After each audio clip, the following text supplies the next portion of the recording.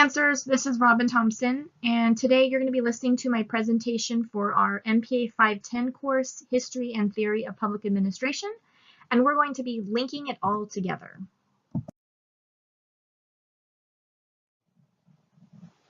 What are we linking together? We're going to be linking together modern theorists from the 60s and 70s, Robert Kahn and Daniel Katz, and we're going to compare and contrast them to one of our founding theorists, Frederick Taylor, and his ideas on scientific management.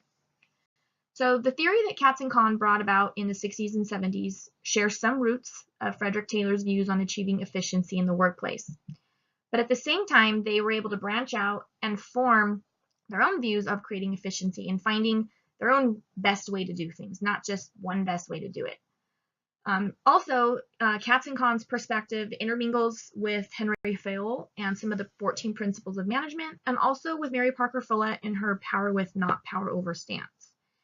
So in today's economy, Amazon is the global leader in providing desired goods and products to consumers and businesses. So in order for Amazon to dominate in the market, maintain product demand, and meet shipping deadlines, they must follow rules in order.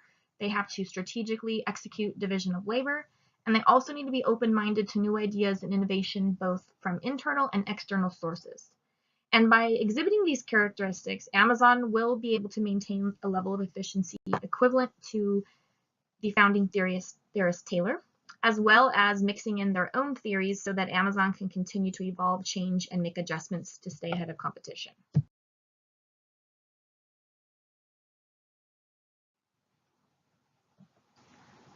All right, so Amazon is going to be our tool or our vehicle, as Dr. Sundstrom would say, to help us relate their Katz and Kahn theory to our founding theorist Taylor. So we're going to use Amazon, and Amazon didn't just start by selling products, but as consumer demands increased, they kind of branched out and created these somewhat mini businesses within their organization. They've got Amazon Prime, they've got Amazon Grocery, Amazon Cash, they've got the Amazon Book Rental, and so forth. So in order for them to create efficiency within each one of these business models, there has to be clearly defined rules and order.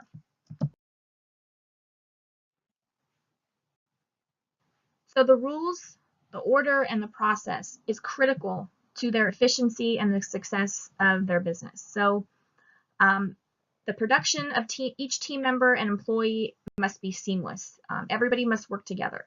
And this does kind of mirror the theories of both Taylor and Katz and Kahn in that the actions produced by each individual do not change. There is an absolute process.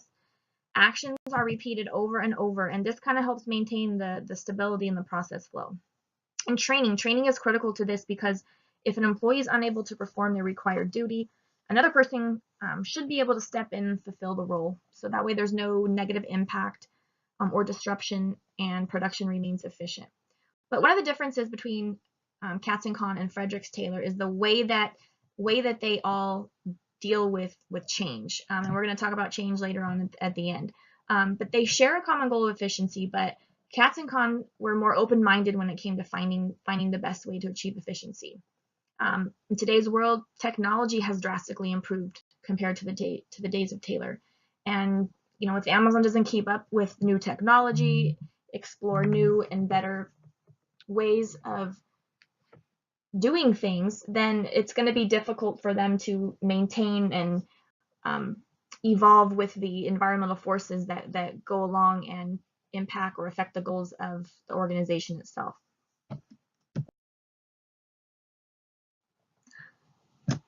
So one of the reasons for Amazon's success is their openness to achieve more and better. And in order to maintain the expected level of efficiency, there must be a clear division of labor.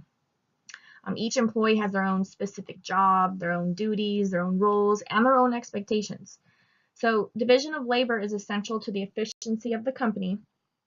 And while Taylor focuses solely on efficiency, Katz and Kahn recognize the need for accountability. And that brings us to Weber. So just as Weber spoke about bureaucracy, is that people need to be efficient, yes, but they also need to be held accountable, and that kind of goes with the written rules and regulations. So Amazon can't just focus on how to be the best and create the most and quickest output, but they need to invest in their people. They need to invest time and money into the people who are performing the duties. So watching the exchange of workers, looking for patterns that inhibit the process.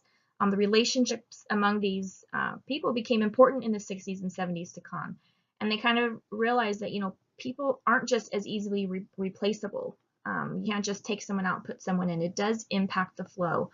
In Taylor's era, factories weren't as large as they are today. And his ideas worked for back then. They fit the mold and they were revolutionary for that period of time. But it's not just about getting the work done anymore. It's getting it done efficiently, and the relationships and the people were not part of the equation before. And that's kind of what sets Katz&Kahn apart from Taylor. People and relationships mattered. They explored and placed more emphasis on building upon Taylor, so that people are important and the work and the interactions amongst each other is part of the efficiency process.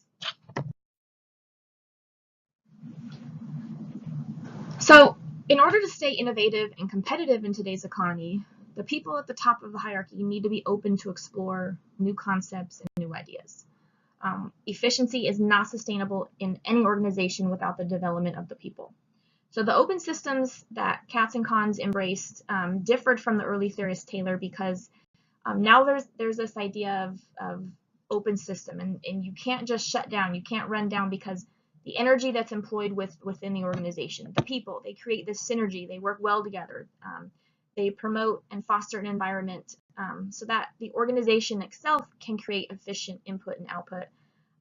Because cycles change, product demand changes, prices change, technology changes, and the organization has to remain efficient throughout all of these bumps in the road. So an organization can't just give orders from the top down and expect to be successful. It takes teamwork, it takes a sense of openness, letting go of titles and control, and making people feel comfortable with each other at all levels, so that new ideas can be explored. So that's kind of how this relates to Mary Parker Follett with the power with, not power over. Let's work together. Let's work as a team. Let's sit down. Let's figure it out. Tell me what you think. You're the one doing the job. Let me take your feedback back, and let me go up to my higher ups and let's talk about it. See if there isn't this better way to do something. Just because I made this process doesn't mean that it's the right one. So she really was very collaborative with people. So change, don't we all love change? So change is necessary, it's needed, it's inevitable, it's going to happen. You can either fight it, you can go with it, you can embrace it. Change can be difficult, but it doesn't just happen overnight.